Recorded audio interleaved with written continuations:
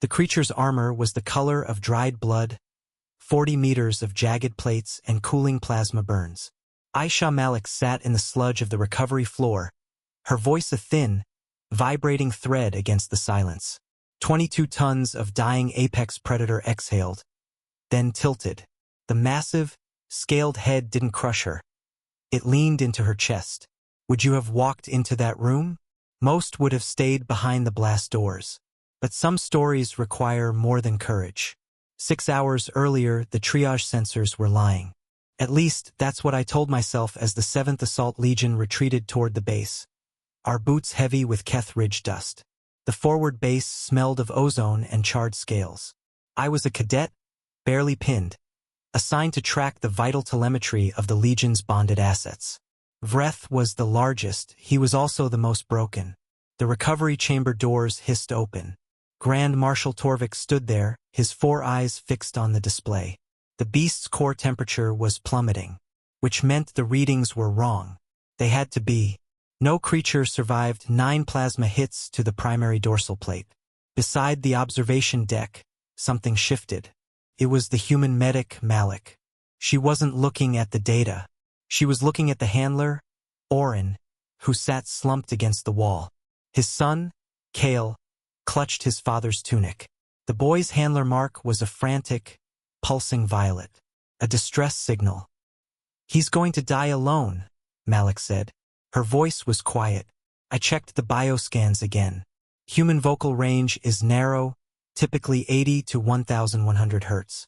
To a Korath, it sounds like a series of erratic subsonic pulses. We didn't think it had any tactical utility. Certainly not medical. Malik ignored the protocol. She stepped past the guards. I watched her hand brush the worn leather of a small book in her cargo pocket. Inside the chamber, a loose floor tile rattled every time Vretha's massive heart struggled for a beat. The sound was rhythmic, slow, terrifying. Corporal, exit the chamber, I commanded. My voice cracked. I was a strategist in training, but I knew the sacred laws. This was a place of Korath passing. She didn't stop. She sat in the center of the dark stone floor. Vretha's working eye, the size of a human torso, rolled toward her. The pupil was blown wide with shock. Then she opened the book. A low hum. It wasn't loud. It wasn't a military command. It was a vibration that seemed to catch the frequency of the rattling floor tile and pull it into a melody. A dry, scratching sound. Malik turned a page, the dog-eared paper brushing against the beast's hot, shallow exhale.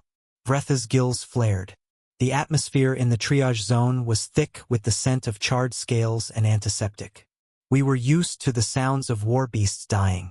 It was a grinding, metallic vibration, one that pulsed in your own marrow. Usually, we let them go with dignity, guarded by their handlers. But Oren couldn't enter. If the bond snapped while he was inside, the neurological feedback would burn out young Kale's nervous system.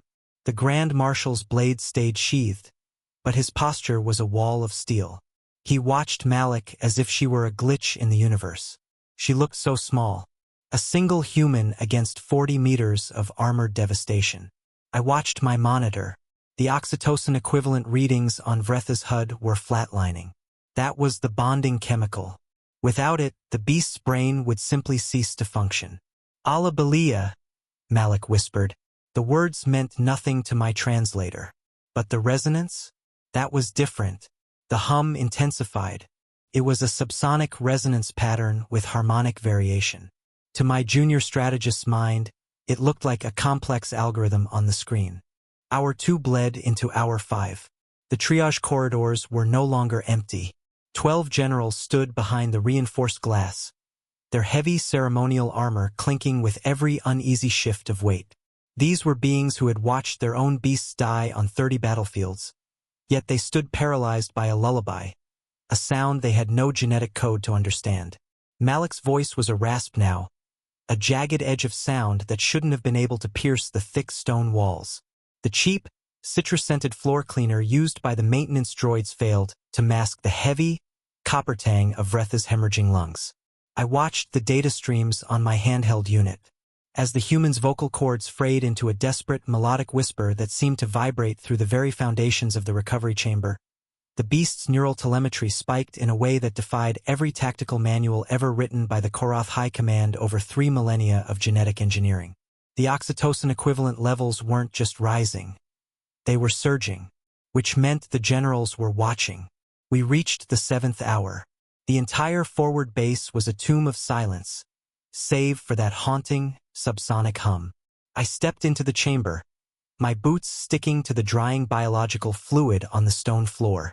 The scene was there, exactly as the sensors had promised. Aisha Malik sat in the sludge of the recovery floor, her voice a thin, vibrating thread. 22 tons of dying apex predator exhaled, then tilted. The massive, scaled head didn't crush her. It leaned into her chest. The weapons fell.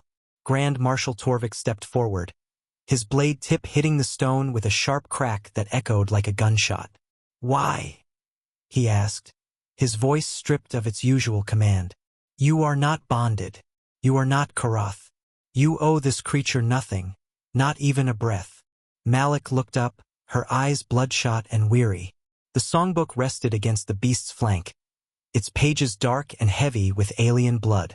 "Where I'm from, nothing dies alone if someone can help it," she whispered. The sensors shrieked one last time. Then they leveled. The organ failure had not been cured, but it had slowed to a crawl. Breath breathed. The child, Kale, sits now where the medic once did. He traces the dried, copper stains on the songbook's pages, his own small handler mark glowing with a calm, rhythmic pulse. Beside him, 40 meters of armored beast rises and falls in deep, healing sleep. The old book rests on the memorial stone, a silent promise kept.